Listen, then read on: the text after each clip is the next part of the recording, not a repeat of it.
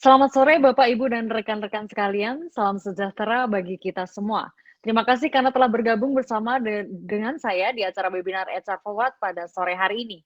Suatu kehormatan bagi saya, Gabriela Purnamasanti, yang akan membawakan webinar dengan tema kelangkaan talent teknologi, tantangan menuju transisi digital. Tentunya tema ini adalah tema yang akan kita bahas pada HR Forward pada sore hari ini. Nah, terlebih dahulu saya akan menjelaskan kepada Bapak, Ibu, dan juga rekan-rekan sekalian yang baru pertama kali mengikuti HR Forward mengenai apa itu HR Forward.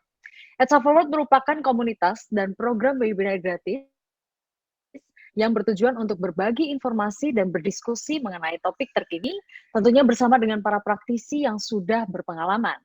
Acara ini tentunya tidak akan terlaksana tanpa adanya sponsor dari kami. Yang pertama adalah Elabram. Elabram merupakan konsultan sumber daya manusia yang memberikan servis rekrutmen, payroll, dan juga HR sourcing. Elabram telah berpengalaman selama lebih dari 20 tahun di Asia Tenggara. Kemudian untuk sponsor kami yang kedua adalah Xdiv. Xdiv adalah aplikasi produktivitas perusahaan yang memiliki fitur project management tools, employee self-services, dan juga chat. Tidak lupa juga kami mengucapkan banyak terima kasih kepada narasumber yang sudah hadir pada sore hari ini yang tentunya nantinya akan membagikan insight dan pendapat mereka tentang tema kita pada sore hari ini, yaitu kepada Bapak Gilang Daniel sebagai IT Talent, Ibu Dea Permatasari dari PT Elabram System, dan juga Bapak Ganes Motowidikdo dari CPC dari PT Pegadaian Persero. Dan kami juga mengucapkan terima kasih kepada community partner kami, yaitu Event Jakarta, Peduli Digital, dan Orang Siber. Baik Bapak Ibu sekalian, kita kembali ke tema HR Forward kita pada sore hari ini, yaitu kelangkaan talent teknologi, tantangan menuju transisi digital. Tentu saja tema ini yang akan kita bahas di acara HR Forward kita sore hari ini bersama dengan ketiga narasumber kita. Nah, daripada penasaran, kita langsung saja bacakan profil dari masing-masing narasumber kita sore hari ini. Yang pertama, Bapak Ganes Motowidikdo, CPC, Head of HRBP, VP of PT Pegadaian Persero. Bapak Ganes adalah seorang profesional di bidang SDM, manajemen strategis, dan proses bisnis.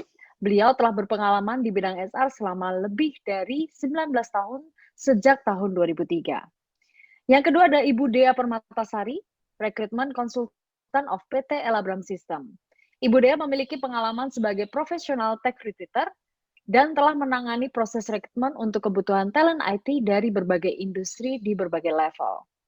Dan yang ketiga ada Mas Gilang Daniel, IT Talent, Senior Application dan juga Web Developer.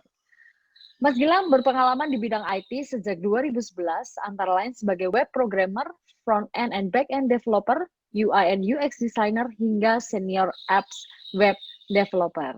Nah, itu tadi adalah sedikit info dari pembicara kita pada sore hari ini. Nah, mungkin sebelum kita masuk ke diskusi selanjutnya dan tanya jawab, kita mau menyapa dulu nih kepada semua narasumber yang sudah hadir sore hari ini. Halo, Bapak-bapak dan Ibu-ibu, apa Halo Mbak Gibi. kabarnya? Halo Mbak Gibi. Boleh lambaikan dulu tangan ke kamera, apa kabarnya? Pasti udah nggak sabar untuk sharing-sharing sama teman-teman yang ada di sini ya Bapak dan Ibu ya. Dan kalau begitu kita langsung saja, karena sudah siap kita akan langsung masuk ke sesi tanya jawab. Dan saya juga akan mengingatkan kepada rekan-rekan yang hadir di HR Forward pada sore hari ini, yang nantinya hendak menanyakan pertanyaan kepada narasumber, silakan mengisi pertanyaannya di kolom chat yang ada, dan nantinya akan kita jawab di akhir setelah sesi tanya jawab berlangsung. Saat ini berbagai perusahaan cukup aktif mencari seorang programmer atau developer. Kondisi ini dapat dilihat pada situs pencari kerja. Bahkan freelancer programmer pun banyak dibutuhkan oleh perusahaan.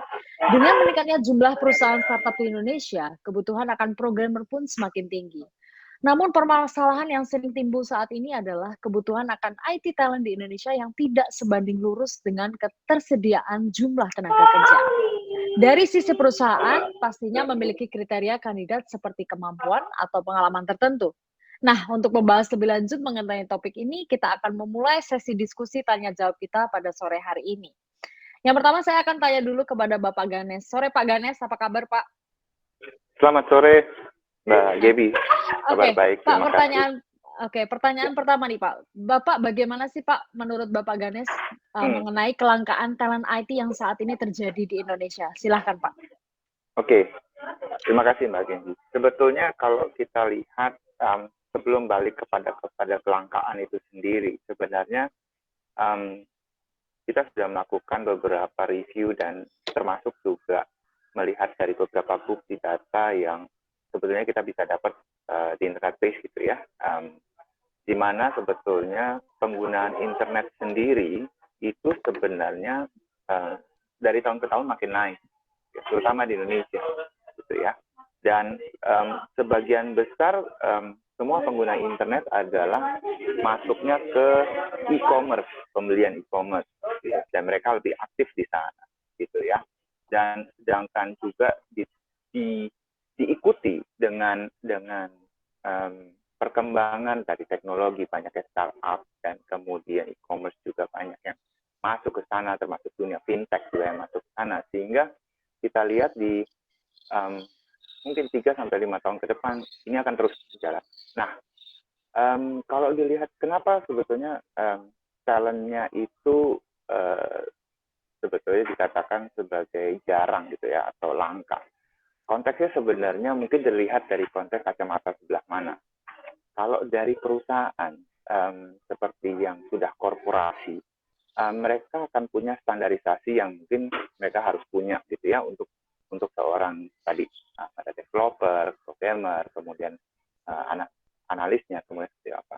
Nah, berbeda dengan talent war yang dilakukan di startup, ya. Dan mereka juga cukup berani untuk menawarkan dengan di luar dari market range yang ada, gitu ya.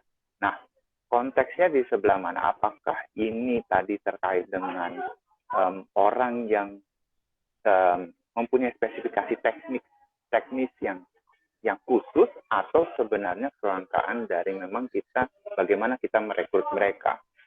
Dua hal ini memang harus kita lihat. Kalau secara teknis saya yakin Indonesia nggak kurang. Banyak. Saya yakin teman-teman yang jago komputer, jago programming, yang TI masa sekarang dengan perkembangan teknologi banyak ya yang ikut. Dan kita lihat di dunia pendidikan banyak sekali university yang juga menawarkan, sudah mulai banyak gitu ya. Yang dulu pada zaman saya banyaknya adalah Gunadarma saja gitu ya, terus sekarang masuk mulai BINUS, kemudian banyak lagi yang di universitas-universitas lain multimedia yang ada di Indonesia, dan saya rasa mencetaknya juga cukup banyak. Tapi memang ada certain thing yang kita harus lihat pada suatu posisi di mana kelangkaan itu terjadi. Sebagai contoh, Mbak Gaby, kalau kita lihat orang yang mungkin teknis banyak gitu ya, yang bisa melakukan coding dan sebagainya. Tapi mungkin sekarang apakah kemudian orang akan terus di teknis? Kalau di dalam korporasi kita punya jenjang karir, sehingga pada saat berjenjang karir itu teknis lagi sudah mulai harus diimbangi sama managerial dan leadership-nya. Sehingga akibatnya seorang developer juga harus bisa manage team. Dan itu yang mungkin kita lihat teman-teman itu memang masih berfokus pada hal-hal yang sifatnya technical gitu ya, sehingga melupakan bahwa suatu saat di suatu korporasi akan ada juga dibutuhkan leader yang tadi bagaimana cara mentransformasi dan melihat visi sebuah perkembangan teknologi untuk dia bisa mentranslate bahasa itu kepada technical tadi, gitu. Karena nggak bisa orang teknis langsung berkreasi menurut dia, karena pasti akan diarahkan tujuan misi perusahaannya mau kemana, dan itu harus ada translatornya. Nah, mentranslate itu memang nggak mudah, dan itulah mungkin juga beberapa hal yang kita bisa bilang kelangkaannya yang semua ini kita groom, terutama kalau saya di korporasi di Pegadaian, kita groom di dalam dan kita develop itu semua yang dari dalam kita. Teknikalnya kita ambil untuk orang-orang yang mungkin memang sudah minimal S1 atau dengan background pendidikan dan experience gitu ya. Tapi begitu itu diasah dengan setiap hari business as usual-nya dia dilakukan, pasti dia akan makin pintar. Tapi ada hal yang harus kita ingat, beberapa orang dari situ adalah calon leader. Dan orang-orang ini yang sebetulnya nanti kita develop. Dan itu yang biasanya nanti akan menjadi talent war lagi. Karena di luar pasti akan mencari orang-orang yang bukan hanya teknikal saja, tapi dia juga bisa melihat dan bisa menerjemahkan tadi, seperti kata saya, bagaimana visi misinya dari suatu perusahaan, dia bisa translate itu sehingga menjadi kebutuhan tujuan dan kebutuhan dari perusahaan itu bisa dijalankan oleh tim-tim teknikal untuk di TI sendiri. Nanti gitu, Mbak. Oke, berarti bagaimana dari orang teknisi berarti bisa mentranslate visi misi dari perusahaan, begitu ya Pak? Ganesha kurang lebihnya. Oke, baik. Kalau untuk menurut Mas Gilang nih, selamat sore Mas Gilang. Gimana nih Mas, Boleh, Mbak. sebagai IT talent di bidang IT nih Mas, bagaimana pendapat Mas Ganes dengan adanya fenomena kelangkaan talent IT yang berkembang saat ini di Indonesia? Silakan Mas Gilang. Sebenarnya sih, kalau dari sisi saya sih sebenarnya benar setuju ya, seperti kata Pak Ganes barusan ya. Itu dari kacamata mana dulu gitu yang dilihat. Sebenarnya kalau dari segi kelangkaan itu pun, saya bingung ya untuk kelangkaan soalnya banyak kebetulan ya. Untuk teman-teman saya itu banyak, yang mungkin belum bekerja atau mungkin sedang mencari kerja, atau bahkan yang sudah senior masih mau mencari pekerjaan lain gitu. Itu sebenarnya banyak untuk talent itu sendiri. Hanya saja mungkin untuk setiap perusahaan itu membutuhkan hal-hal tertentu yang sebenarnya nggak ada yang tiba-tiba bahwa kita butuh orang IT yang bisa ini gitu. Nah, itu kadang-kadang menjadi masalah, Mbak. Kadang kita orang-orang ini IT-nya banyak, tapi kita sebenarnya juga mengkerucutkan diri masing-masing gitu. Kadang seperti ada beberapa orang yang mungkin bisanya app doang gitu, bikin app Android aja gitu, atau bisa juga iOS aja, web aja gitu. Sebenarnya dari sisi itu sih mungkin bisa disebut langka. Selain itu juga pertumbuhan startup ya waktu itu ya. Pertumbuhan startup itu kan emang agak kenceng ya, udah 10 tahun terakhir ini. Sampai akhirnya mereka udah mulai pada goyah sekarang gitu. Jadi itu tuh sebenarnya tuh udah mulai ini nih, udah mulai banyak lagi sekarang talent yang udah di layoff, yang udah kemudian nggak punya pekerjaan segala macam gitu. Dari situ sih kita lihat bisa dibilang bahwa kalau dari sisi kami sendiri talent itu cukup banyak Mbak sebenarnya Mbak di Indonesia ini, apalagi ya seperti kata Pak Ganes barusan, di Indonesia itu banyak yang pintar komputer itu memang banyak sekali. Bahkan bisa dibilang resource kita ya kalau dibanding sama dari beberapa negara yang bekerja bareng kita gitu, taruhlah misalkan India gitu, itu kita bisa bilang bahwa bisa dibilang skill orang Indonesia itu masih lebih di atas mereka gitu, soalnya saya kebetulan bekerja bareng mereka gitu. Jadi sebenarnya sih kalau di sisi kelangkaan sih kalau menurut saya sih nggak terlalu langka lah menurut saya gitu. Hanya saja mungkin kebutuhan perusahaan kadang tidak masuk ke dalam suatu talent yang mungkin requirement-nya tuh nggak cocok gitu. Gitu paling Mbak kalau dari sisi saya sih. Oke, jadi lebih ke sebenarnya dari talent sendiri itu di Indonesia sudah sangat banyak, tapi lebih ke bagaimana mengkerucutkan ke profesi masing-masing begitu ya Pak ya, dengan keinginan dari Betul. klien dan ditambah dengan perkembangan startup yang begitu luar biasa juga di Indonesia Hmm. akhir-akhir ini gitu. Hmm. Oke. Baik, saya lanjut ke pertanyaan selanjutnya untuk Pak Ganes, Pak. Nah, menurut Bapak, apa yang menjadi penyebab kelangkaan talent itu, Pak, di Indonesia, Pak? Kalau menurut Bapak sendiri, dari Oke, kacamata Bapak. kalau dari pengalaman dan sekarang juga kebetulan saya selalu saya berkarir di korporasi ya. Ini kelangkaan itu tadi benar yang disampaikan sama Pak Gilang ya. Jadi requirement atau orang-orang yang ada mungkin pemetaannya belum pas gitu ya. Dalam artian gini, tadi ada yang disampaikan ada teman-teman yang di TI-nya atau di IT-nya kemudian di layoff dan memang lagi spektrumnya banyak di sana gitu ya. Tapi sebetulnya bukan itu kebutuhan untuk ekspertisnya di suatu perusahaan gitu, karena suatu perusahaan akan mengembangkan suatu hal yang berbeda lagi sehingga antara demand dan supply-nya jadi nggak match. Itu satu gitu ya. Begitu juga ada yang sudah join, begitu sudah join juga dengan suatu perusahaan belum match dengan culture-nya. Bisa jadi nih ada shock juga pasti untuk dari yang non startup, dari yang corporate culture masuk ke startup, dan berikut juga yang mungkin dari yang startup masuk ke corporate culture. Dan ini corporate culture pun juga sebetulnya kan kita bagi ya. Ada yang kalau kayak saya di enterprise, kemudian ada juga yang di private, kemudian banyak hal yang dan itu setiap perusahaan akan mempunyai budaya organisasi yang berbeda. Dan kembali lagi match-nya itu penting gitu ya. Baik budaya itu nggak hanya bicara tentang bagaimana interaksi antara yang bersangkutan dengan peers-nya, tapi juga match chemistry dengan atasan, demand-nya. Ada juga itu tadi, dengan mungkin kita bilang di startup bisa mungkin kalau sekarang udah WFA ya, mungkin work from anywhere, kemudian juga culture dari sisi outfit-nya akan berbeda. Masuk ke dalam satu company yang mungkin masih harus pakai itu tadi, seragam atau baju yang rapi, kemudian 8 to 5 segala macam. Nah, itu yang kadang-kadang menggerus mereka untuk jadi creativity-nya atau creativity dan figurnya mereka jadi nggak cocok gitu. Nah, banyak berikutnya lagi masuk tahap yang misalkan kita butuhkan leader di situ, tim leader. Dia bagus, cocok mungkin expert di bidangnya, dia program dengan suatu bahasa, karena programming itu kan bahasanya banyak, ada yang Java dan lain-lain gitu ya. Mereka punya expertise.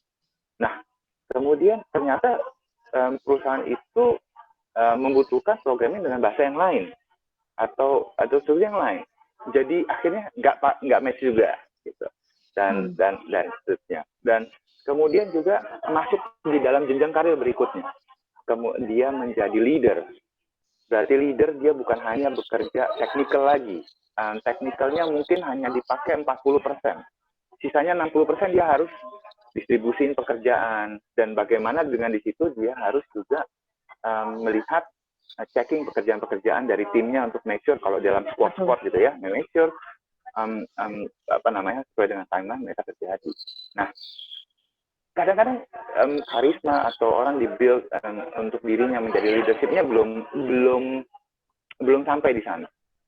Ya, cara engagement dengan tim bisa jadi ini kadang-kadang dia menjadi bagus di programming, kemudian dia jadi leader, timnya bubar. Itu kan terjadi, gitu. Terjadi. Ada yang engage juga bagus. Dan itu sangat dinamis, gitu ya. Nah, itulah fokus kami di korporasi. Begitu dia sudah memang menjadi talent, kita pakaikan 9box talent, dan kita mulai mapping orang-orang mana yang sebetulnya siap, strongnya di mana, strength point-nya di mana dia punya weakness-nya, dan lag-nya di mana untuk bisa kita tutupin dengan TNA kita, need analisisnya. Sehingga bagian-bagian yang terutama untuk di managerial and leadership-nya, itu yang kita bisa bantu untuk tutup. Nah, kalau technical, kita gampang, bisa ngambilnya mungkin hal-hal sertifikasi, kemudian banyakkan project, dan kemudian melakukan kolaborasi dengan tim gitu ya. Tapi hal-hal yang kita mulai memberikan dia, yuk start mulai dari tim leader dulu deh, di suatu squad. Dari tim yang kecil dulu, mengelola 2-3 orang, kita pantau, dan itu kita progresinya kita harus lihat. Gitu. Nah, kurang lebih seperti itu, beberapa hal yang kita lihat bagaimana sebetulnya kelangkaan pun akhirnya pas masuk, yaitu dia fit dan nggak fitnya juga terhadap company-nya juga. Iya, jadi memang karena adanya demand dan supply yang tidak match, dan juga ada perbedaan culture ya Pak ya, saat dari IT talent itu masuk ke perusahaan, tentunya akan mengalami culture shock dan bagaimana sebaliknya, sehingga menyebabkan adanya kelangkaan itu sendiri. Nah, kalau untuk Mas Gilang, silahkan Mas. Menurut Mas Gilang, apa sih Mas yang menyebabkan kelangkaan talent ini, Mas? Untuk penyebab kelangkaan ini mungkin ya bisa dibilang mungkin itu salah satu contoh yang paling baik ya dari Pak Garis barusan ya, kayak culture shock, terus kurang merucutnya requirement dari kantor itu sendiri, dan kurangnya juga kan banyak kemajuan teknologi juga sekarang kan, kayak framework, coding segala macam itu udah mulai agak berkembang banget gitu sekarang dibanding beberapa tahun yang lalu. Itu juga yang untuk catch up orang-orang anak-anak kuliahnya juga sudah ada old school ininya, udah agak old school ilmunya yang mereka punya. Jadi untuk masuk ke dunia perusahaan juga mereka harus belajar lagi, which is mereka harus masuk ke bootcamp dulu beberapa bulan, masuk ke bootcamp 6 bulan, yang membutuhkan biaya juga, atau mereka juga ikut kursus akademi di luar dari kuliah tersebut. Kayak gitu sih sebenarnya untuk kelangkaan sendiri ya. Karena memang Hmm. ya mostly untuk apa ya? Kadang-kadang kita punya requirement gitu yang bisa dibilang mungkin harus bisa ini gitu. Bisa Ya. dibilang kayak front end harus, back end harus gitu. Nah, sedangkan kebanyakan orang itu tidak semuanya bisa seperti itu gitu. Kadang-kadang Mm-mm. bisa front end ya fokus ke front end, back end fokus ke back end kayak gitu sih. Makanya mungkin di mata HR terlihat langka karena memang mungkin kita Tidak kurang match match. antara iya Ya. pengerucutannya itu kurang match dari situ. Kadang kalau saya pernah sih dengan pengalaman sendiri ya, memang benar sih dibilang waktu itu saya pernah request untuk beberapa junior gitu, itu nyari sampai sebulan 2 bulan tuh nggak ketemu. Tuh, Hmm. akhirnya saya nyari teman-teman lah, teman-teman dekat yang emang belum bekerja segala macam atau sedang nganggur atau nyari pekerjaan baru itu saya langsung kontak, akhirnya masuk dengan ya dari saya gitu karena memang pada dasarnya kita kan punya connection sendiri ya karena untuk orang-orang IT ya gitu. Sedangkan kalau waktu itu sih dari HR saya sih mereka mungkin masih nyari di mana gitu mungkin di LinkedIn atau di JobsDB gitu segala macam. Makanya sih ya kembali lagi memang ya untuk kelangkaan itu memang bisa dibilang dari sisi HR memang langka, dari kita sebenarnya nggak terlalu kayak gitu. Dan Oh, berarti penyebabnya ya masalahnya ini di kurang sisi mismatch aja HR-nya ya, ini. Mas ya? Kurang mismatch Hmm. antara Iya requirement-nya kurang gitu ya. mismatch aja sih. Gitu. Paling itu sih. Oke, baik. Terima kasih Mas Gilang dan Pak Ganes. Sekarang kita beralih ke sisi rekruternya nih, yang mungkin sudah akan berkeluh kesah. Halo Mbak Dea. Iya, halo Mbak Gebi. Gimana nih Mbak kalau dari sudut pandang rekruter nih? Apa yang Mm-mm. dipertimbangkan sih dalam melakukan seleksi dari IT talent yang berkualitas? Sebenarnya apa aja faktor-faktor yang perlu dipertimbangkan dari Oke, seorang rekruter? Silakan. oke. Mungkin kalau untuk faktor yang paling pertama itu skill kali ya Mbak Gebi ya gitu. Skill itu Hmm. nanti skill si kandidatnya di match sama kebutuhan dari perusahaan gitu. Nah, aku setuju sih sama Pak Ganes dan juga Mas Gilang gitu. Kalau misalnya talent IT itu bukannya langka, cuma memang belum sesuai aja sama yang dicari sama perusahaan gitu. Nah, Hmm. mungkin yang kedua itu adalah dari sisi education. Nah, mungkin dari sisi Hmm. educationnya aku bukan berbicara formal education ya, aku setuju juga sama Pak Ganes kalau misalnya di IT gitu di Indonesia itu udah banyak universitas-universitas yang punya IT-nya gitu. Nah, aku bicara di sini untuk non formal education-nya. Nah, kan sekarang udah cukup banyak ya untuk bootcamp gitu. Nah, itu akan jadi nilai tambah kalau misalnya si kandidatnya itu pernah ada pengalaman di bootcamp atau mungkin pernah ada beberapa project-project yang relevan dengan yang kita cari gitu. Nah, mungkin yang cukup penting yang terakhir dipertimbangkan itu adalah personality dan juga attitude sih Mbak Gebi gitu. Kan dalam merekrut satu orang IT talent itu kan nggak sebentar ya tahapannya, mungkin cukup lebih banyak daripada untuk merekrut yang non IT gitu. Nah, mungkin akan ada tambahan terkait dengan live coding, terus mungkin ada technical testnya juga, interviewnya tuh juga mungkin nggak cuma satu kali aja gitu, mungkin bisa beberapa kali. Nah, dari situ kita juga melihat komitmen seorang kandidatnya gitu. Jadi seberapa pengennya nih kandidat dan seberapa komitnya kandidat untuk mengikuti dari tahapan awal sampai tahapan akhir gitu. Nah, kalau misalnya apa sih yang terjadi kalau misalnya nggak bisa nih Mbak, aku nggak bisa nih interview di hari ini jam segini tanggal segini gitu, atau Mbak aku nggak cukup nih waktunya untuk mengerjakan tes. Nah, itu dibicarakan aja ke rekruternya gitu sih. Jadi yang nggak semena-mena mentang-mentang udah diundang terus tiba-tiba ngilang. Ya, Terus ngilang, ghosting, ya iya, banyak. iya, Apalagi sekarang banyak dengan adanya demand yang banyak, jadi mereka tahu bahwa mereka dibutuhkan, terus bisa hilang gitu aja gitu ya Mbak iya, Dea ya. benar. Yang Oke, penting dikomunikasikan aja sih Mbak Gebi kayak gitu. oke, baik. Jadi ada skill, education, dan juga personal attitude ya Mbak ya, yang menjadi bahan pertimbangannya ya. Iya, Oke, betul. thank you Mbak Dea. Nah, kalau dari pertanyaan selanjutnya buat Mas Gilang nih. Mas, kalau sebagai Mas yang memiliki keahlian IT yang dibutuhkan oleh beberapa perusahaan saat ini nih, nah apa sih yang menjadi pertimbangan Mas dalam menerima penawaran kerja dari sebuah perusahaan? Apa saja yang dipertimbangkan? Pertimbangan kalau dari saya sih ya, mungkin kalau dari sisi penerimaan sih ya, mungkin yang pertama banget itu mungkin dari gaji kali ya. Itu kan biasa Hmm. lah, maksudnya itu basic things dari kita lah para pekerja. Mungkin pertama gaji, Yang kedua mungkin lokasi kerja, itu lokasi kerja biasanya. Saya kalau dari sisi pribadi saya sih ya, itu lokasi Hmm. kerja itu saya concern gitu. Misalkan sejauh mana, apa harus keluar kota Harus gitu. pindah kah? Harus travel nggak? Ya harus Gitu ya keluar Mas ya? kota kah, Hmm. atau harus naik kereta keluar dari Jakarta kah gitu ibaratnya. Itu juga bisa. Hmm. Kulturnya juga, terus dari kultur itu sendiri juga kan kita bisa melahirkan orang-orang yang kita tahu gitu. Bahwa orang-orang ini terbiasa seperti ini gitu.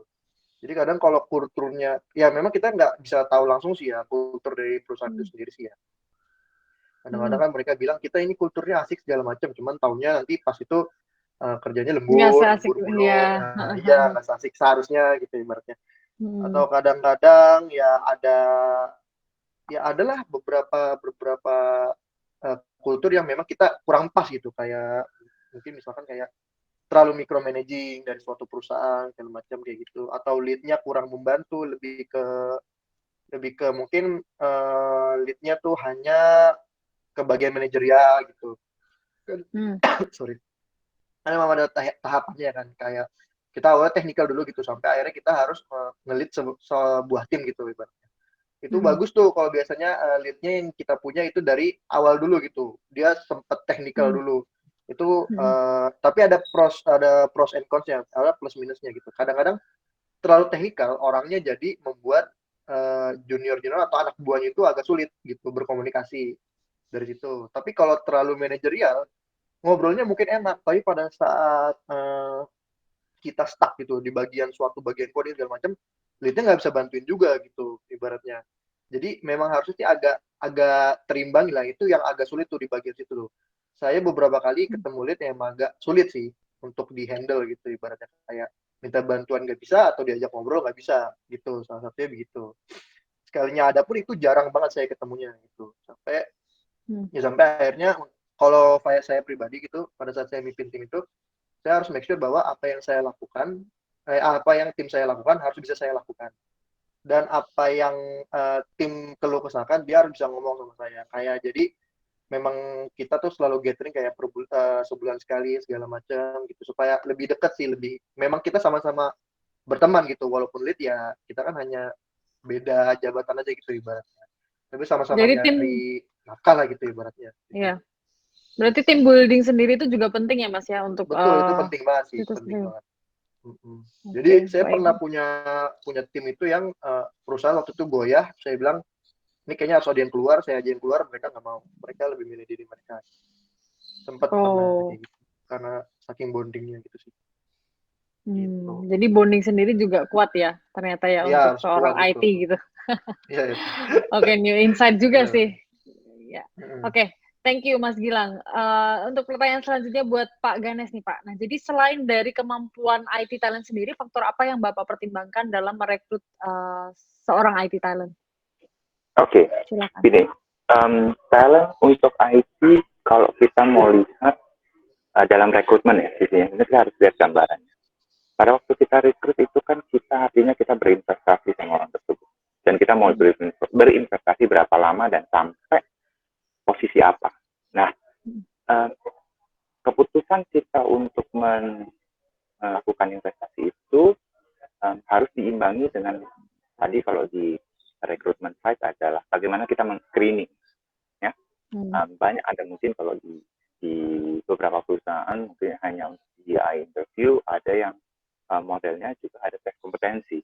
Tes kompetensi ini untuk mengukur sebetulnya kalau kita bayangkan itu adalah seberapa besar gelasnya. Mau yang gelas berapa liter yang mau kita ambil. Mau yang 1 liter, mau yang 2 liter, mau yang 3 liter.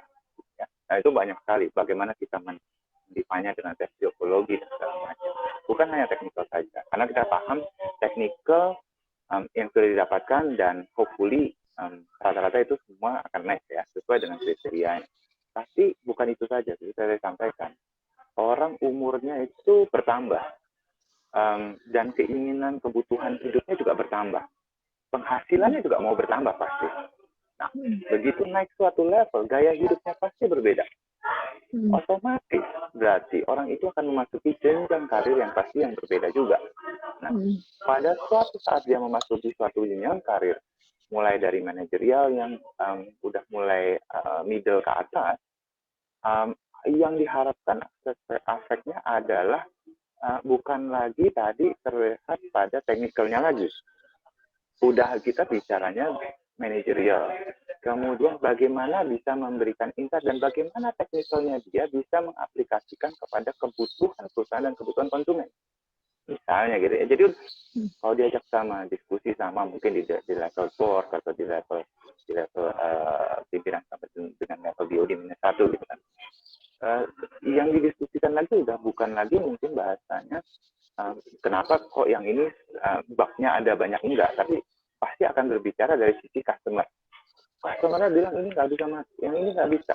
Jadi sudah ada yang tadi bicara tentang di Pegadaian sendiri sudah punya paket Pegadaian Digital Service. Dan kita selalu mendengarkan namanya NPS kita, ya Net Promoter Score kita. Kita selalu mereview terus bagaimana tingkat kenyamanan konsumen kita untuk memakai aplikasi itu. Dan itu yang selalu harus diimprove.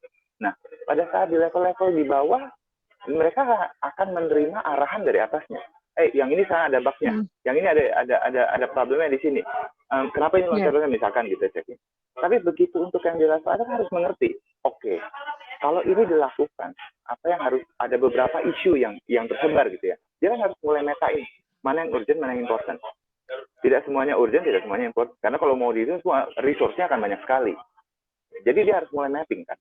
Nah, dari situ dia akan mulai bisa mentranslate itu ke bisnis bisnis purpose-nya. Kalau ini kita tackle dulu isunya, maka ini akan impact kepada bisnis berapa. Jadi dia udah harus mulai mikirkannya bisnis side-nya juga. Nggak hanya technical, tapi udah mulai mikirin juga bisnis side-nya seperti apa. Banyak gitu. Nah, hal itu yang mungkin itu yang menjadi makin ke atas akan semakin sedikit. Karena berbicaranya tadi, kayak Mas Gilang tadi sampaikan, ya teknikalnya banyak. Nah, jangan salah, makin ke tahun cepet banget nih produk namanya bahasa pemrogramming berevolusi gitu kan. Dan perusahaan kan maunya keep up juga dan membuat kenyamanan buat konsumennya untuk bisa pakai produknya kan. Itu sih. Oke, jadi tidak hanya membicarakan tentang teknikal tapi juga di bisnis side-nya dari IT sendiri ya Pak ya. Untuk seorang IT itu. Ya. Itu menjadi tantangan juga nih untuk para IT talent yang sudah berkembang di Indonesia juga tentunya. Oke, untuk Mas Gilang pertanyaan selanjutnya, kira-kira skill apa saja sih Mas yang paling penting kalau menurut Mas Gilang itu yang harus dimiliki IT talent? Kalau skill paling penting ya kalau dari ini mungkin dari sisi levelnya kali ya. Kalau misalkan memang baru fresh graduate, junior segala macam, kalau dari sisi kami atau dari sisi saya gitu ya, berarti kalau saya hiring someone gitu, itu sih lebih ke attitude ya kalau untuk junior level ya. Karena kita tuh butuh orang yang mau bekerja gitu, memang mau kerja. Kalau misalkan memang attitude-nya baik segala macam kan dia memang pasti bertanggung jawab. Dari situ kita bisa kelihatan bertanggung jawab. Terus mereka tanpa pengalaman sama sekali pun mereka akan ngerti gitu apa yang harus dilakukan. Ya bertanggung jawabnya. Terus gimana cara minta tolong sama seniornya, gimana cara ngomong baik-baik sama mungkin lead-nya atau segala macam. Kalau dari sisi junior gitu. Tapi kalau dari sisi mungkin mid level, kalau mid level mungkin ya itu juga tetap termasuk sih ya, pasti tetap termasuk. Cuman ya itu kan untuk mengurangi egonya. Biasanya programmer itu kan mereka punya ego-ego sendiri gitu. Mereka pikir mereka udah punya logik yang paling oke gitu dibanding orang-orang lain. Gitu. Untuk bekerja, misalkan mereka paham satu bahasa pemrograman gitu. Sedangkan satu lagi ada seniornya juga gitu. Kadang-kadang orang mid level itu berpikir bahwa mereka on the same level gitu kadang-kadang. Tapi kan ya tetap bagaimanapun orang IT itu experience itu pasti berpengaruh gitu untuk seseorang gitu. Jadi kadang-kadang untuk itu kita tetap harus mencari yang attitude bagus sih kalau untuk mid level. Selain dari technical skill-nya, itu juga perlu, terus sama communication skill-nya juga harus bagus karena biasanya developer kan ngobrol sama komputer doang gitu. Mereka tuh kayak ya apa cuma maunya ngoding nggak mau apa gitu. Iya betul. Jadi susah gitu sosialisasi juga. Iya, sosialisasinya tuh kurang. Kadang-kadang mereka diajak ngobrol nongkrong makan siang gitu nggak mau. Kadang-kadang mereka ya, punya bekal nih, maunya di kantor aja nih kayak gitu. Nah itu dari situ Jadi kita juga Dari lagi step up behavior ke juga ya, Mas ya? betul dari Behavior-nya behavior, juga terus ya? dari behaviornya tuh sosialnya gimana mereka kalau untuk mid level. Kalau udah senior level sih biasanya itu lebih ke full technical sih, lebih ke full technical. Jadi kalau misalnya memang dia udah berpengalaman kayak hampir 10 tahun gitu atau di atas 7 tahun, mereka biasanya memang sudah mengerti apa yang harus dilakukan dan apa yang harus dilihat gitu. Itu udah bukan masalah komunikasi lagi sih. Jadi karena memang berpengalaman, jadi tanpa komunikasi pun kita tahu. Betul. Misalkan kita punya satu tiket nih, harus bikin login untuk user. Itu tanpa harus macam-macam kita ngobrol, mereka ngerti gitu, kayak gitu. Ya tetap itu diimbangi sama attitude-nya sih. Biasanya ini Ya. egonya ini makin lama makin tinggi. Dari situ, kalau dari situ sih. Tapi tetap Sesuai ya sama yang teknik tadi, berarti align ya sama yang diomong sama Mbak Dea tadi, personal attitude betul ya, Mbak betul ya? itu Jadi persis memang banget itu. memang heeh, memang itu yang Jadi terjadi gitu di lapangan tuh iya, seperti itu. itu yang terjadi di lapangan. Kadang-kadang ada orang udah nyusahin recruiternya, minta interview 2, 3 kali kabur kayak gitu. Itu banyak kejadian kayak gitu. Jadi ada yang dikasih tes ngerjainnya males-malesan, pas udah Iya. waktu tenggangnya bilangnya nggak sempet, padahal nggak dikerjain sama sekali. Ada aja gitu. Ada yang iya aja nggak mau nolak gitu segala macam. Banyak sih, saya banyak menemukan yang kayak gitu sih, karena kan saya bisa dibilang saya recruiter juga ya, karena kan kadang-kadang kita butuh orang-orang IT-nya buat nge-recruit timnya dia sendiri kan. Kadang-kadang saya juga ngerasain lah susah kesusahan ribetnya di situlah kayak Mbak Dea kayak Oke. gitu. Oke, berarti align Gitu nih Mbak gitu. Dea. Terkonfirmasi. Oke, saya akan lanjutkan. Terima kasih Mas Gilang buat jawabannya. Ya, Saya ya. akan lanjutkan ke pertanyaan selanjutnya untuk Mbak Dea nih. Nah, jadi kalau untuk dari Mbak Dea sendiri, kira-kira posisi teknologi yang paling sering dicari oleh klien tuh seperti apa? Pengalaman ada nggak pengalaman dalam apa ya, sulit dalam mencari talent di perusahaan klien tuh seperti apa sulitnya? Oke, jadi aku bisa bilang sih Mbak Gebi, mungkin hampir semua posisi IT itu cukup sulit gitu, terutama buat teknologi-teknologi baru yang mungkin programmernya tuh belum update dan mungkin belum bisa catch up dengan teknologi baru itu, gitu. Contohnya mungkin kayak Golang gitu. Ini kan teknologi yang cukup baru ya, bener nggak sih Mas Gilang? Kayak cukup baru kan? Benar. Iya kan? Nah, Ya. cukup baru kan untuk teknologinya gitu. Nah, sedangkan banyak banget nih klien-klien gitu yang request untuk Golang itu sendiri. Nah, mungkin demand-nya terlalu banyak, tapi balik lagi nih Mbak Gebi, demand-nya terlalu banyak, tapi mungkin supply-nya belum sebanyak demand itu. Gitu. Aku bisa bilang mungkin ya supply-nya mungkin udah cukup, tapi demand-nya karena mungkin terlalu banyak demand-nya gitu. Jadi terkesannya mungkin cukup sulit untuk posisi itu gitu. Nah, dan ditambah lagi rata-rata klien tuh maunya yang memang sudah cukup experience gitu. Nah mungkin priority-nya klien itu mungkin hanya tinggal mempersiapkan untuk digitalisasi company-nya aja gitu. Jadi mungkin mereka belum punya untuk mendevelop people-nya itu mungkin belum jadi priority-nya mereka gitu. Tapi pengalaman aku pernah ngerekrut satu IT gitu dan aku koordinasi sama usernya. Kebetulan waktu itu mereka cari yang fresh graduate. Nah terus dari usernya tuh cari yang memang fresh graduate tapi bisa di-develop gitu orangnya. Nah itu balik lagi sih tergantung gitu. Itu sih Mbak Gibi. Jadi tergantung dari masing-masing klien juga ya, carinya yang seperti apa gitu ya. Betul. Baik, kalau untuk Pak Ganes Pak, kira-kira posisi teknologi apa yang dicari oleh employers Pak dari pengalaman Bapak? Masih termute, maaf Bapak Ganes. Sorry. Oke, saking serunya tadi sambil dengerin Pak Des sama. Beberapa memang ada posisi yang memang kita sudah petakan dan ini memang di korporasi ini juga cukup banyak yang dicari gitu ya. Ada back-end programmer, front-end technology, manajemen database process, version control system, UI UX, web architecture, software developer, kemudian ada back-end front-end framework, salah satunya juga tentang IT security. Itu juga lagi penting karena semakin canggihnya suatu aplikasi, semakin canggihnya suatu teknologi akan selalu menjadi pertanyaan konsumen bagaimana keamanan untuk diri saya.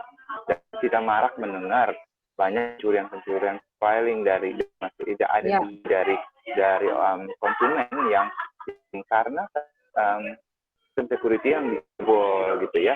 Dan ini sangat menjadi concern untuk perusahaan-perusahaan yang korporasinya sudah well established dan mereka akan sangat concern di IT security untuk memastikan bahwa very minimum risk yang mereka bisa dapatkan untuk orang menghack atau bisa menjebol sistem keamanan mereka untuk bisa mendapatkan profiling nasabah ataupun konsumen yang kita punya gitu ya.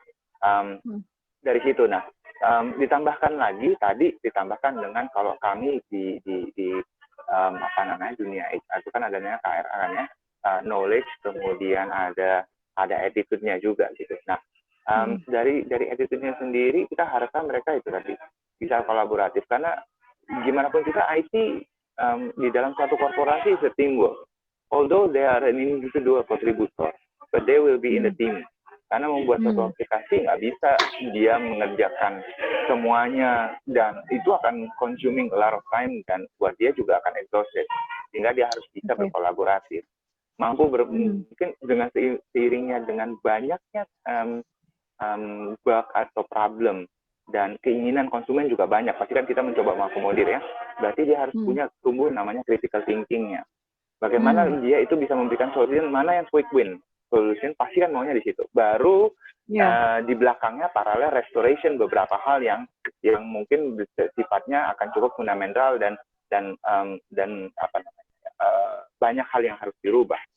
Kemudian communication itu tadi banyak kan mungkin karena ya banyak dengan kondisi dengan digitalnya, dengan komputer, dengan itu dia harus tetap harus melakukan mingle atau engagement dengan siapapun, baik itu rekan kerja, karena itu tadi dari sisi kolaboratifnya sendiri dia juga harus bisa melakukannya dengan komunikasi yang baik, untuk menanyakan dengan baik, apalagi di suatu perusahaan yang culture-nya tadi, bagaimana kalau culture-nya mungkin dianggapnya sama semua gitu ya, mungkin nggak lihat lagi level saya senior, saya ini mungkin level gitu, tapi masih ada kita di Indonesia untuk yang levelnya tunggu, saya ini kepala departemen loh, kamu tuh cuma cuma ini gitu, unggah-ungguhnya masih ada.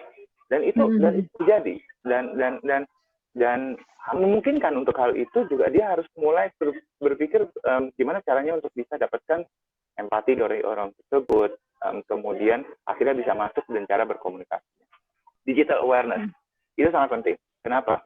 Tadi digital awareness itu akan selalu berkembang. Saya tadi dibilangkan sama Mas bilang, bahasanya tuh cepat banget berkembang. Hari ini 1-2 bulan lagi udah keluar lagi bahasa program yang lain. Kebutuhannya juga banyak Pak. Ya, time management, mengatur tadi bagaimana caranya memastikan isu yang banyak tapi tacklingnya itu cepat gitu, nggak bisa, karena kalau kita harus mulai mengukur cost ratio-nya juga, apalagi di corporate, cost ratio-nya itu sangat penting gitu, berapa man hour yang harus dipakai untuk bisa mengerjakan satu perusahaan, dan itu sangat berimpact, mana yang paling impact dengan revenue-nya suatu perusahaan. Kemudian problem solving tadi, terakhir adalah integrity. Nah, ini yang paling bahaya. Integrity itu yang paling bahaya. Kenapa? Karena di TI itu bisa melihat semua, akhirnya data mau nggak mau ya, bisa melihat. Bukan hanya memprogram juga, karena dia melakukan testing. Ya, ada beberapa hal, teman-teman. Mungkin nggak semuanya, tapi ada beberapa yang bisa. Dan itu sangat diperlukan, terutama apalagi di financial service. Integrity is a must. Betul. Nggak bisa lagi kita untuk mentolerir bahwa itu tadi data kebocoran, itu sangat mudah. Gitu. Oke. Baik, jadi memang ya terkhusus untuk financial service ya Pak ya, integrity itu sudah tidak bisa dipertanyakan lagi, dan ternyata banyak banget faktor-faktor yang harus dimiliki oleh seorang IT selain dari kemampuan IT itu sendiri. Oke, saya akan lanjut ke pertanyaan terakhir ke Mbak Dea sebagai recruiter. Nah, gimana nih Mbak Dea dalam mengatasi kelangkaan talent IT yang sementara permintaan dari klien tetap tinggi dan sangat urgent, padahal supply-nya mungkin nggak tertimbang balik dengan demand yang ada. Bagaimana cara mengatasi itu, Mbak, sebagai seorang recruiter? Silahkan. Oke, mungkin kalau untuk ini berarti strategi sourcing-nya ya mungkin ya Mbak Gaby ya. Betul. Kalau untuk strategi sourcing-nya sebenarnya disediain beberapa tools dan platform sih Mbak dari perusahaan gitu. Nah, let's say yang paling basic LinkedIn gitu. Karena kayaknya nggak mungkin deh recruiter nggak pakai LinkedIn gitu. Karena gitu itu karena tools paling basic sih LinkedIn tuh. Nah, terus juga kalau orang-orang IT nih menurut aku pribadi tuh kita harus hunting gitu. Kayak misalnya aku post job di LinkedIn, aku blast job di LinkedIn, itu jarang banget orang-orang IT yang ngirim email ke recruiter gitu. Jadi memang kita harus yang hunting, kita harus aktif hunting untuk nyari talent-talent tersebut gitu. Nah, mungkin selain itu juga kita bisa biasanya pakai channel internal ataupun channel eksternal juga gitu. Nah, terus mungkin strategi yang terakhir biasanya tuh suka nanya sih ke kandidat yang sebelumnya, kira-kira kamu ada rekomendasi nggak ya untuk posisi A gitu atau posisi B gitu, karena kan based on Mas Gilang juga bilang kalau misalnya orang-orang IT, orang-orang technical gitu itu mereka punya community sendiri kan, dan mungkin lebih banyak daripada community-nya rekruter, maksudnya kayak mungkin akan lebih banyak rekomendasi daripada yang di hunting sama rekruter gitu sih Mbak Gebi. Oke, jadi ada active hunting, kemudian channel internal dan eksternal, serta menanyakan beberapa rekomendasi dari kandidat-kandidat sebelumnya ya, Mbak Dea ya? Betul, lebih. Oke, baik, terima kasih kepada para narasumber, Pak Ganes, Mbak Dea, dan juga Mas Gilang. Thank you banget. Dan sekarang kita akan masuk ke sesi selanjutnya, yaitu menjawab pertanyaan dari audiens yang sudah ada di tangan saya. Yang pertama ada dari Fauzan Mahaputra, ingin bertanya ke Mas Gilang. Sebagai IT talent expert, apakah ada tips dan trik nih untuk para IT muda agar mudah mendapatkan pekerjaan? Silahkan Mas Gilang. Oke. Untuk Mas Fauzan ya, untuk dari kandidat muda ya, fresh graduate mungkin ya kali ya, lebih kayak gitu. Ya itu seperti yang saya bilang tadi, kayak saya define yang pertama itu adalah attitude dulu sih, attitude dan memang mau mempelajari sesuatu. Itu paling penting. Kalau misalkan Mas baru lulus dari lulusan IT mana gitu, terus sedangkan Mas harus mempelajari sesuatu yang memang di perusahaan itu tuh taruhlah different language dengan apa yang biasa dikerjakan di kampus itu. Ada baiknya sebelum melamar itu dipelajarin dulu segala macam mungkin, dan agak nurunin ego lah. Kalau dari sisi pribadi saya sih ya, saya tuh lebih kayak kalau memang mau bekerja, saya bekerja aja gitu. Gaji itu urusan belakangan kalau saya dulu. Kalau dari sebenarnya nggak dulu aja sih, sampai sekarang juga sih. Jadi gaji itu akan mengikuti seiring berjalannya bagaimana karir gitu kalau menurut saya. Jadi memang yang pertama itu kalau untuk fresh graduate itu adalah attitude dulu, terus kemauan untuk belajar sama mau ngerti kalau dikasih tahu. Karena biasanya ada yang enggak kayaknya nggak begini gitu. Kadang-kadang ada yang so tahu aja gitu sama seniornya.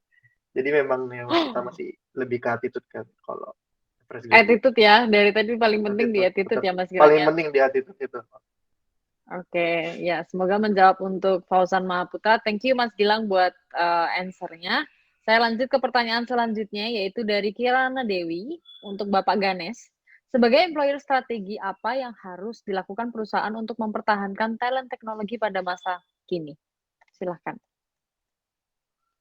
Oke, banyak sebetulnya Mbak Kirana tadi ya, thank you Mbak.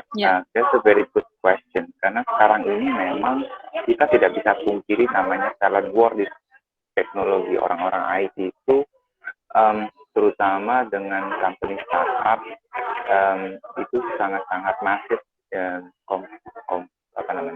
dalam hal compare of the numbers-nya ya gitu ya. Kadang-kadang ada yang sangat-sangat bisa memberikan numbers yang sangat-sangat mungkin bisa dibilang di luar standarnya company gitu ya. Nah, ada beberapa hal di suatu yang saya sudah lakukan review dengan beberapa teman-teman yang ada di sini. Tidak melulu semuanya uang. Itu satu. Ya. Tadi, bagaimana lingkungan itu yang kembali lagi lingkungan yang ada di dalam timnya itu kondusif gitu ya. Dan peran itu tidak hanya dilakukan oleh seorang TI itu atau individual itu akan ada sangat melibatkan namanya peran seorang leadernya. Bagaimana leadernya bisa menciptakan lingkungan engagement yang baik. Karena kembali lagi suatu keberhasilan leader itu adalah bagaimana tim-timnya itu bergerak secara harmonis. It's very simple. Gitu. Beban kerja pasti tidak akan pernah rata. Karena tadi, namanya tujuannya suatu objektif, setiap aplikasi, atau kalau kita bicara tentang tujuan-tujuan dari setiap objektif yang mau dicapai akan mempunyai beban yang mungkin beratnya akan ke satu tempat. Tapi bagaimana sebetulnya membalancing itu penting. Itu satu, ya, harmonisasi dari tim. Kedua adalah bagaimana caranya kita bisa melihat wellness-nya mereka, salah satunya, ya. Tadi untuk teman-teman yang lembur, mungkin kita bisa bilang seperti itu. Bagaimana kalau kita bisa memberikan sedikit apresiasi apa yang membuat mereka, yang intinya non cash benefit-nya yang dinaikkan, gitu ya. Nonton bersama, suatu hari yang mungkin kebersamaan yang bisa dibangun untuk engagement juga. Terus kemudian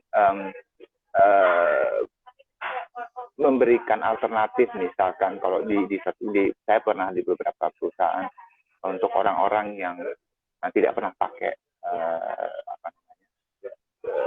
kartu asuransinya, mereka punya spare, kita bisa convert itu menjadi orang ini mau beli apa, sesuatu untuk hobinya, sehingga itu juga akan menjadi sesuatu nggak akan bisa dibeli di suatu tempat yang lain, dan setiap perusahaan akan mempunyai hal-hal yang lain. Gitu. Ada perusahaan juga yang bisa memberikan fitness center atau yang mana, dan jangan dilihat semuanya terkait dengan selalu duit, karena kalau duit money no limit. Itu tadi kayak Mas bilang, jangan pikirin duit deh, pokoknya begitu attitude bisa mengerjakan sesuatu, selalu positif attitude, can do attitude, namanya duit pasti akan ikutin. Pasti, gitu. Ya. Itu sih kira-kira kok banyak sih sudah hal-hal yang kita bisa buat untuk non cash benefit. Tapi jangan terlalu fokus semuanya di hal-hal yang cash benefit. Material gitu ya. Iya, material thing. So money is not everything ya. Betul ya, Pak ya. Everything will buy with money ya. Oh ya, but everything will buy with money. Tapi di sini kita ngomongin juga faktor lingkungan penting juga gitu ya untuk para IT. Oke. Thank you Pak Ganes ya. Kita akan lanjut ke pertanyaan selanjutnya. Ini untuk all speaker, pertanyaan dari Sarina. Bagaimana kondisi, yang pertama saya mau tunjukkan dulu kepada Pak Ganes. Bagaimana menurut prediksi Bapak mengenai potensi kebutuhan IT talent di masa depan, terutama pasca pandemi? Apakah itu mengefek atau enggak Pak? Silakan. Pasca pandemi. Oke. Menurut saya pasca pandemi, atau kita bilang ngomong endemi ya, udah banyak juga. Dan saya juga masih mempertanyakan apakah kita benar sudah di endemi. Tapi anyway, yang kita lihat, bahkan baru kemarin ini saya selalu ikutin ya beberapa sosial media. Ada beberapa startup yang mulai munculnya ke bawah, bukan muncul naik gitu ya. Dan beberapa sektor yang kembali dari sisi kekuatannya di online atau kekuatannya di network, dia akhirnya kembali kekuatan offline, pertemuan. Karena kita nggak bisa memungkiri, namanya pertemuan Zoom meeting itu iya bisa gitu. Tapi kadang-kadang kita di dalam suatu pertemuan seminar segala macam, gesture itu masih belum bisa terbaca di dalam Zoom. Ya, gesture itu masih belum bisa terbaca. Nah, biasanya beberapa sektor yang lain yang akan mungkin naik gitu ya. Yang kita lihat kalau kita baca sekarang ini yang ngomongin blockchain, kemudian ada Bitcoin dan money market, kemudian fintech, itu biasanya masih daerah situ masih yang secara financial, apalagi di Indonesia, namanya perkembangan untuk orang untuk berinvestasi dan perputaran duit akan selalu mengikuti namanya perbankan. Cuma nanti kita tinggal melihat seberapa sering sebetulnya nanti, seberapa cepat bank-bank akan mulai berevolusi. Karena sudah mulai banyak nih bank-bank digital, bahkan kayak seperti BCA saja, menyebut merek gitu ya. Jadi bank BCA aja juga sudah mengeluarkan, sudah ada BCA Blue-nya, kemudian banyak, ada Genius, kemudian sudah lama, pemain yang lama, ada DBS, ada Digibank gitu ya. Dan pemain-pemain itu akan terus banyak. Ada Bank Jago yang juga sudah mulai keluar juga, dan itu akan mulai. Dan itu akan mengevolusi dari sisi transisi orang-orang yang biasanya ketemu. Sebenarnya tadi kita sedikit berbicara di belakang. Kapan kita terakhir pernah ke ATM? Orang kita belanja atau pergi aja makan gitu. Sekarang udah bayarnya semua pakai QRIS. Mau QRIS-nya BCA, mau QRIS, udah hampir kita bisa dibilang kita cashless. Dan di situlah banyak sebenarnya potensi untuk berinvestasi di tempat yang lain. Gitu. Kita udah tahu mulai kayak dana reksa udah bisa melakukannya lewat Bareksa, kemudian ada banyak hal-hal yang setiap digital banking sudah bisa memberikan bagaimana caranya men-saving. Ada fitur-fitur yang bisa lihat bagaimana cuma mengatur pengeluaran dan segala macam gitu kan di dalamnya. Dan itu yang akan terus mendominasi, karena itu tadi sekarang uang itu udah nggak dilihat lagi fisik yang untuk kita bisa hitung. It always the numbers, digit numbers yang akan ada di account banking kita, dan itu kalau nggak kita benar-benar kita lihat dan nggak kita kelola dengan baik, gitu ya, di financial service akan terus masih akan terus saya rasa untuk melambung ke sana. Yang beberapa kemarin saya lihat mungkin yang agak turun adalah di sisi edukasi ya kemarin, karena kembali ke anak-anak sudah mulai masuk. Tapi sebetulnya justru ya kalau kita lihat mungkin bagaimana dengan tadi penurunan yang sekarang dirasakan, kemudian bagaimana kita untuk berpikir lebih baik lagi bahwa ada hal lain yang belum dilihat yang pasti mungkin edukasinya masih perlu nih. Cuman kita belum ketemu aja kata kuncinya. Jadi sehingga makanya terlihat yang reguler dilakukan secara online yang kemarin sekarang udah nggak oke, udah nggak diminati banyak. Dan tapi kita belum menemukan saluran apa yang harusnya nanti orang akan melihatnya ke arah sana. Gitu sih. Oke. Baik. Saya lanjutkan ke kalau menurut Mbak Dia, bagaimana Mbak? Apa yang silakan Mbak Dia.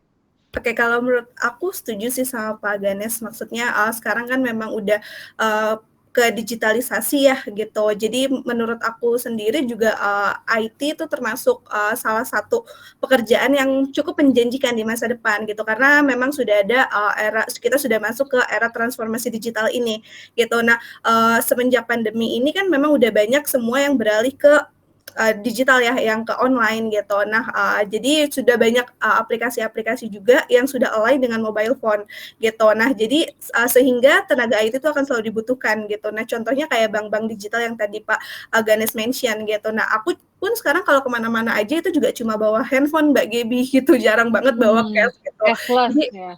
Cashless. Jadi yang penting handphone bisa QRIS gitu kan. Bahkan aku aja kalau misalnya ke toko tradisional gitu, nah itu mereka udah ada QRIS gitu. Bahkan di merchant yang sekecil itu aja nggak harus merchant-merchant yang di mall, yang kecil-kecil aja tuh mereka udah provide QRIS gitu. Jadi menurut aku IT itu salah satu pekerjaan yang cukup menjanjikan di masa depan juga sih gitu. Nah, aku juga sempat baca artikel Mbak Gaby. Kalau misalnya di tahun 2024 itu di Jepang, aku kurang tahu kalau di Indonesia, di Jepang kan teknologinya udah cukup maju ya, sekarang pun juga udah cukup maju gitu. Nah, di Jepang itu nanti akan kekurangan tenaga IT gitu. Nah, jadi tenaga IT itu akan semakin dibutuhkan gitu. Jadi kayaknya posisi IT itu akan selalu ada gitu setiap tahunnya, bahkan setiap hari, setiap bulan gitu sih Mbak Gaby. Oke, baik. Saya lanjutkan ke Mas Gilang. Silakan Mas. Maaf, gimana tadi pertanyaannya? Saya lupa. Untuk pertanyaannya prediksi Mas Gilang nih mengenai potensi kebutuhan IT di pasca pandemi. Oh, kebutuhan IT pasca pandemi ya. Pasti kalau menurut saya sih pasti naik ya, itu sangat dibutuhkan sekali ya. Apalagi kita udah melewati 2 tahun lebih dalam keadaan online semua gitu. Itu pasti semua maunya beralih ke digital. Menurut saya sih bakal banyak banget banyak banget orang yang mencari talent-talent IT untuk kedepannya. Dari sekarang aja itu kayak teknologi-teknologi udah mulai maju banget kan, kayak mungkin saya bilang kayak semacam blockchain atau machine learning, itu semua tuh udah mulai booming lah sekarang lah. NFT atau cryptocurrency sekarang itu kan udah mulai banyak semua, bahkan uang aja udah berubah ke digital gitu. Jadi memang kemungkinan besar sih memang bakal banyak banget nih untuk keperluan talent IT di masa yang akan datang ya. Hanya aja kadang untuk anak-anak yang zaman sekarang yang baru lulus atau talent-talent yang baru lulus atau baru masih mid level itu kadang-kadang untuk keep up dengan teknologi ini emang agak sulit. Bahkan untuk saya sendiri pun jujur dari udah beberapa tahun yang lalu saya udah pernah ngikutin blockchain, sampai sekarang pun saya masih belum sepenuhnya paham gitu tentang itu. Kayak gitu. Jadi memang pada dasarnya teknologi ini terlalu cepat untuk segi perkembangannya. Jadi bisa dibilang bakal banyak kebutuhan talent IT, hanya saja itu mungkin bisa tidak match requirement karena pasti setiap perusahaan menginginkan teknologi yang terbaru. Itu sih paling kalau dari saya. Oke, jadi memang pasca pandemi kalau menurut Mas Gilang pasti akan sangat dibutuhkan ya, tetap akan sangat dibutuhkan ya Mas Gilang. Oke, baik. Saya lanjut ke pertanyaan selanjutnya. Ini untuk Bapak Ganes dan juga Mbak Dea, yaitu kelangkaan kandidat di market bisa jadi dikarenakan karena sisi knowledge kandidat belum memenuhi kriteria yang dibutuhkan. Tapi karena kandidat merasa kerja sebagai developer, maka maaf saya ulang, tapi karena kandidat merasa bekerja sebagai developer, maka masih mengikuti tren harga atau gaji yang tinggi. Nah, apakah ada saran atau insight dari Bapak dan Ibu sekalian? Mulai dari Bapak Ganesh, mungkin silahkan Pak.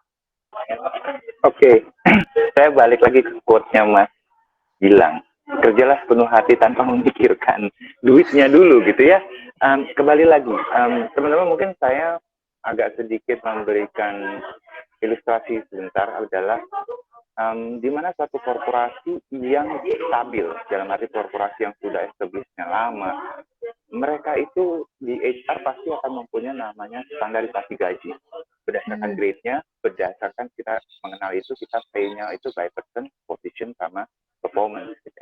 Begitu kita ngomong pay by position sama people-nya, person-nya, kita sudah pasti sudah menghitung dengan experience dia. Dan itu kita sudah melakukan itu. Meskipun memang kelemahannya kadang-kadang barnya itu memang agak sedikit lambat untuk naik turunnya, karena kita akan mengikuti market. Makanya di dalam setiap HR yang ada di corporate yang sudah well established itu akan selalu mengikuti namanya market review dari sisi salary review untuk setiap tahun atau sampai 2 tahun. Berbeda dengan teman-teman mungkin yang di levelnya di startup yang masih hot-hotnya sebelum unicorn, yang bahkan sebelum unicorn itu investasinya banyak untuk dilakukan berani membayar. Impact-nya apa? Bukan berarti saya menjelekkan bahwa itu tidak baik, enggak, tapi juga harus berani bisa bilang pada saat itu memang Anda dibayar untuk sesuatu yang memang sangat berharga bagi company itu. Karena begitu teman-teman nanti keluar dari company tersebut, your market range bar pasti akan sudah tinggi kalau di atasnya. Dan manusiawi banget, nggak ada orang yang mau balik turun. Sangat nggak ada yang mau. Masa saya di level manager kemarin dibayar di market startup 15-20 juta, terus balik ke corporate karena punya standar cuma dibayar 10-12 juta, pasti nggak ada yang mau. But then, yang teman-teman harus lihat kondisinya di saat itu apa. Di korporasi itu karirnya akan panjang dan artinya long life, karirnya akan panjang dan lebih stabil gitu. Dan marketnya juga sangat kompetitif, artinya dibayar memang sesuai dengan harga itu. Sehingga akhirnya apa? Balik ke Mas Kiran lagi tadi, kerjanya coba fokuslah pada pekerjaan dan bagaimana hasil yang diberikan gitu. Karena uang itu nanti bahaya kalau kita fokusnya di uang gitu. Karena kalau selalu melakukan compare, teman-teman selalu melakukan compare, impact-nya apa? Teman-teman akan di blacklist sama HR-nya. Karena itu pasti akan ketahuan.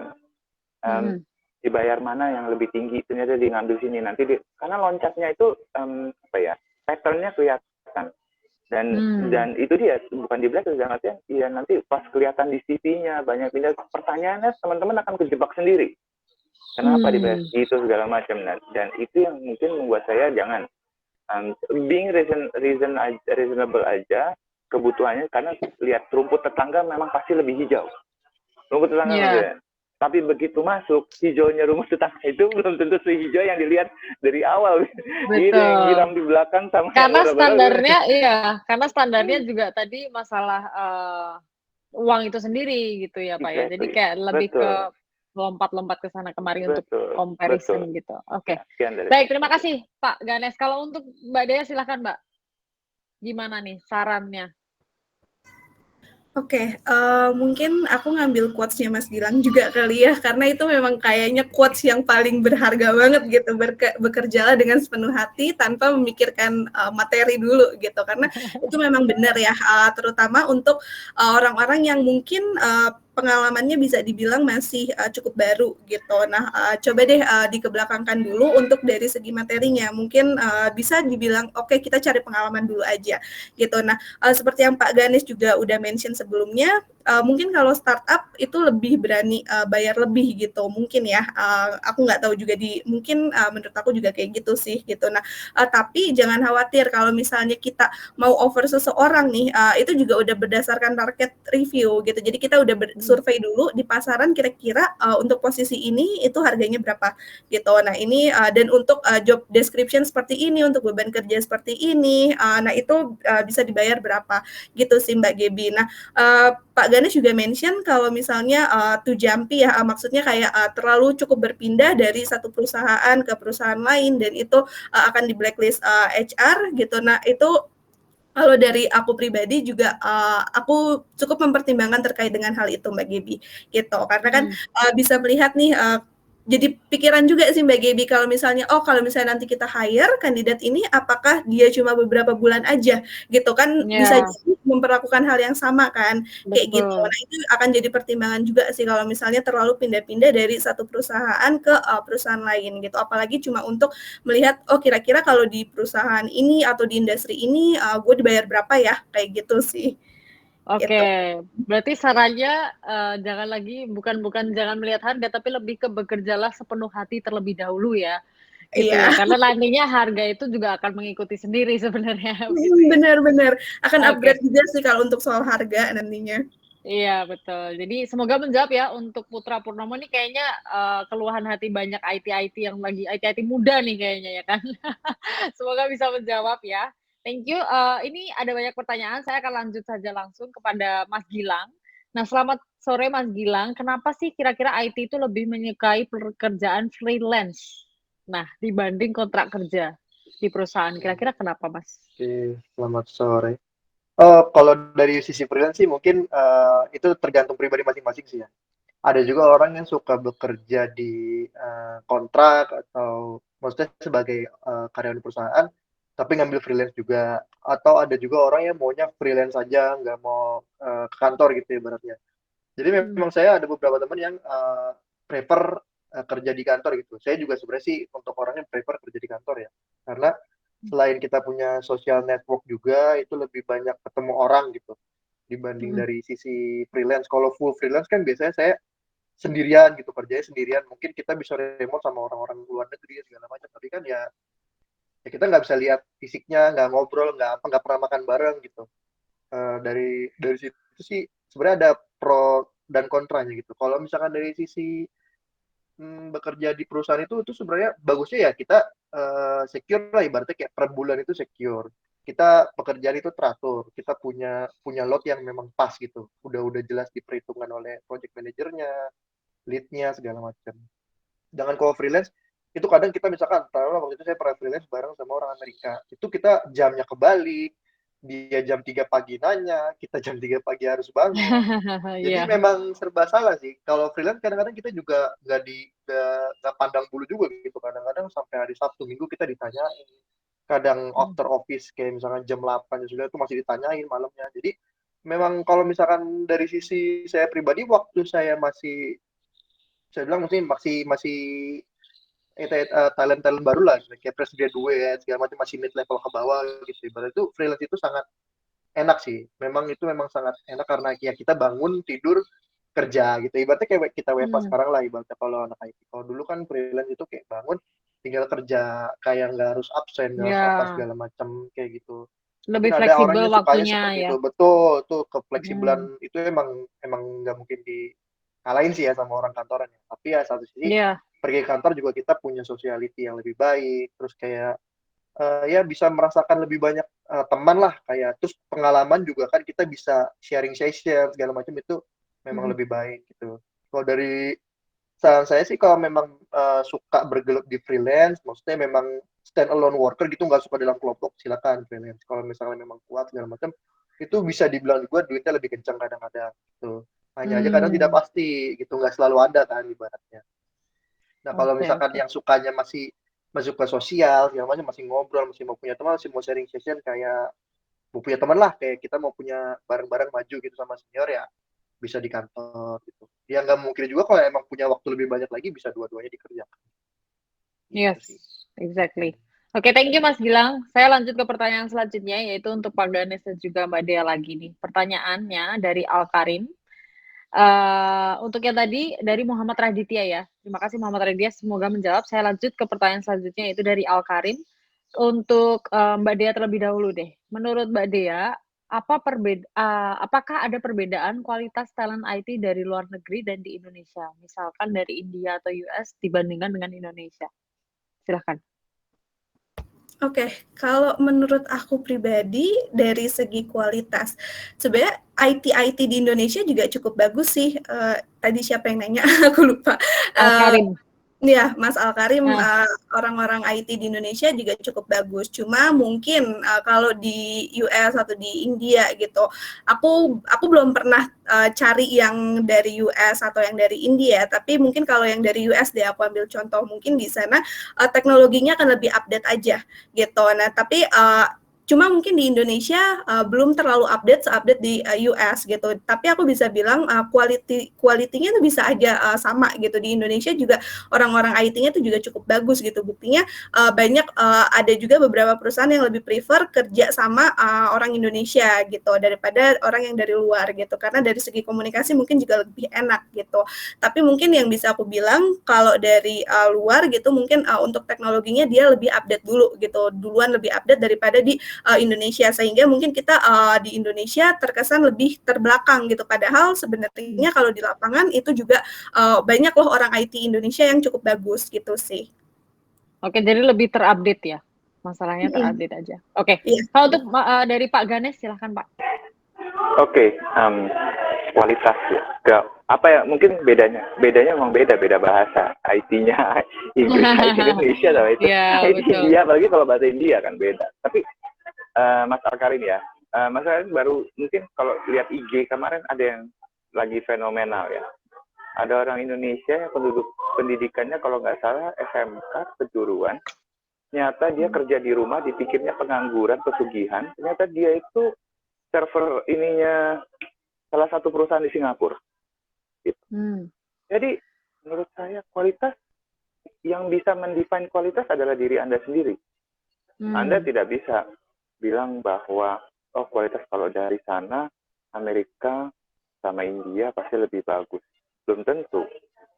Kemauan diri kita mempresent persona diri kita untuk bisa mempunyai kualitas apa yang mau dikasih ke user ataupun ke perusahaan yang nanti atau yang di market lah intinya yang mau dilihat. Itu satu. Kedua, berani memang tampil keluar gitu. Ini yang memang orang-orang kalau mungkin kepingin dikenal tapi nggak tahu caranya gitu ya. Sebenarnya kan sekarang udah banyak ya medianya, ada YouTube, ada media sosial yang lain gitu ya, bikin sedikit konten yang lain gitu. Mungkin kalau saya sampaikan dulu back to 80, 90, mungkin kendalanya karena translation antara bahasa Indonesia dengan bahasa asing gak semua orang memahami dengan baik gitu ya. Tapi sekarang anak-anak, ponakan saya aja begitu sekolah SD aja udah bahasa Inggris gitu. Jadi saya rasa harusnya udah nggak menjadi. Tapi balik lagi, tujuannya kita mau jadi IT yang seperti apa, harus keep up update dengan teknologi yang ada. Kemudian jangan menunggu. Jadi memang harus berani tampil, karena kalau menunggu momen, you will not know kapan momen itu ada. Tapi kalau udah mulai bisa expose diri sendiri dengan banyak hal yang bisa dipakai, menunjukkan Anda seorang digital safety, I think that will be your suatu yang punya daya beli yang berbeda dengan yang lain. Dan di dalam dunia, bedanya dengan zaman dulu, persaingan itu nggak terlalu kelihatan, seamless. Kenapa? Karena nggak semua orang mempunyai akses berita yang sama. Tapi sekarang, mau dilihat di mana? Di TikTok ada, bisa. YouTube ada, IG ada, semua punya akses berita. Tinggal seberapa sering teman-teman bisa mengekspos your ability-nya sendiri dan kompetensinya untuk bicara di sana di depan. Saya rasa kembali lagi kepada tujuannya Mas Al-Karim ini mau seperti apa, dan itu yang akan mendefine Mas untuk how good and the quality of yourself. Gitu. Oke. Dan seberapa mau untuk segera memulai ya dan mengekspos diri ya, Pak Ganes ya. Oke. Baik, thank you. Saya akan melanjutkan ke pertanyaan terakhir, yaitu untuk, Mas Gilang dari Fitria, Mas. Bagaimana, menurut Mas Gilang nih, untuk tetap update mengenai perkembangan teknologi, secara perkembangan teknologi ini kan sangat cepat, apakah ada tipsnya? Silahkan. Oke, kalau untuk Mbak Fitria, kalau untuk update sendiri pun kita memang harus punya waktu ya untuk diselang-selang diri kita sendiri ya, misalkan untuk self development gitu, itu memang diperlukan. Mhm. Jadi ya kalau misalkan Mbak Fitria masih kuliah gitu ya, masih kuliah, itu kan mungkin bisa dibilang kuliah itu ya kuliah is kuliah gitu. Kalau orang talent IT itu ya seperti kata Pak Ganes barusan gitu, ada orang yang mungkin viral dia dianggap pesugihan karena dia lulusan dari SMK gitu. Karena memang yang kita Mhm. butuhkan di sini adalah sebuah skill gitu, bukan sebuah gelar atau segala macam. Walaupun itu tidak memungkinkan yang bergelar tinggi nggak lebih baik gitu. Pasti mungkin lebih baik itu, hanya saja kita bekerja berdasarkan skill di sini. Yang which is kadang apa sih, gelar itu tidak selalu menang di sini gitu ibaratnya. Jadi lebih baik tuh buat waktu untuk self development. Kalau misalnya memang masih kuliah, itu lebih digali teknologi zaman sekarang kan biasanya masih lebih fresh, otak-otak yang masih muda. Itu lebih enak buat ngikutin kayak di Udemy, nyebut merek sorry. Eh, di itulah tempat-tempat bootcamp segala macam itu mungkin baik untuk dilakukan. Kalau misalkan memang Mhm. udah senior, ya memang udah senior pertama itu benar-benar harus ngatur waktu ya, kayak kita bekerja ya fokusin dari pekerjaan kita ya kita asah dari situ. Itu pekerjaan kita, language itu harus kita asah sendiri. Ya tetap self development itu mungkin lebih sedikit dikurangin dari uh, yang talent-talent yang lebih muda gitu ibaratnya. Misalkan kalau yang talent senior mungkin lebih sedikit mempelajari bagian yang sedikit berbeda dari apa yang dia biasa lakukan gitu. Misalkan biasa front end, ya coba ngikutin teknologi back end. Jadi bisa shifting gitu.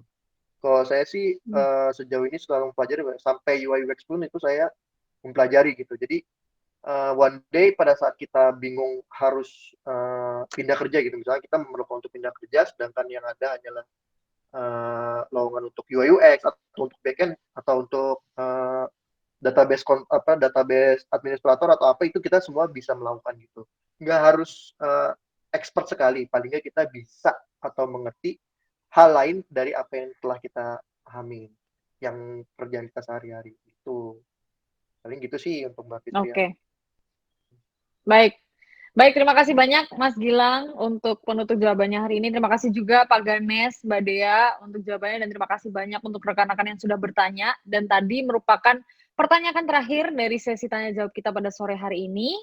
Nah, saya akan cukupkan untuk sesi diskusi kita pada sore hari ini. Namun sebelum saya tutup, izinkan saya untuk membacakan beberapa kesimpulan yang sudah saya rangkum dari sesi tanya jawab kita dalam HR Forward kita sore hari ini. Yang pertama, kelangkaan IT talent disebabkan oleh beberapa faktor. Misalnya ada ketidaksinkronan antara kebutuhan perusahaan dengan ketersediaan skill yang dimiliki oleh talent.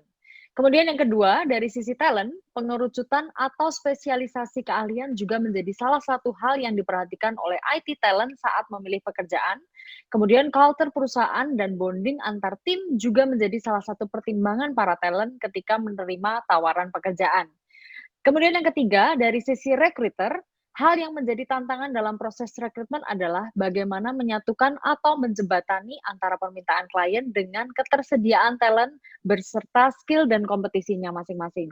Dan yang terakhir, dari sisi employer atau perusahaan, diperlukan tenaga atau talent dengan kualitas mumpuni demi mencapai goals atau target yang telah disepakati bersama di perusahaan. Perusahaan juga harus dapat memberikan jaminan kestabilan posisi dan kesejahteraan dari karyawan tersebut. Berikut adalah kesimpulan dari saya. Mungkin ada yang mau ditambahkan atau sudah cukup Pak Ganes, Mbak Dea, dan juga Mas Gilang? Cukup Mbak Gaby. Cukup? Sudah cukup ya Cukup Mbak dari saya Dea juga. dan juga Mas Gilang? Oke, baik. Terima Ya, Kalau kasih. cukup. begitu, sekali lagi saya ucapkan terima kasih banyak kepada para narasumber sore hari ini, dan saya akan tutup webinar hari ini. Terima kasih kepada Bapak Gilang, Mas Gilang sebagai IT Talent, Ibu Dea Permatasari sebagai dari PT Elabram System, dan juga Bapak Ganes Notowidigros dari PT Pergadaian Persero. Saya juga mengucapkan terima kasih untuk sponsor hari ini, yaitu Elabram dan juga Aktif. Dan terima kasih juga untuk para community partner kita yang juga mensupport akhirnya bisa terlaksana HR Forward pada sore hari ini, yaitu Event Jakarta, Peduli Digital, dan Orang Siber. Saya Gabriela Purnamaswanti selaku moderator mengucapkan terima kasih untuk seluruh pihak dan juga rekan-rekan yang sudah bergabung. Mohon maaf apabila ada salah kata atau penyebutan. Stay safe dan sehat selalu untuk kita semua dan sampai jumpa di HR Forward berikutnya. Salam sejahtera buat kita semua.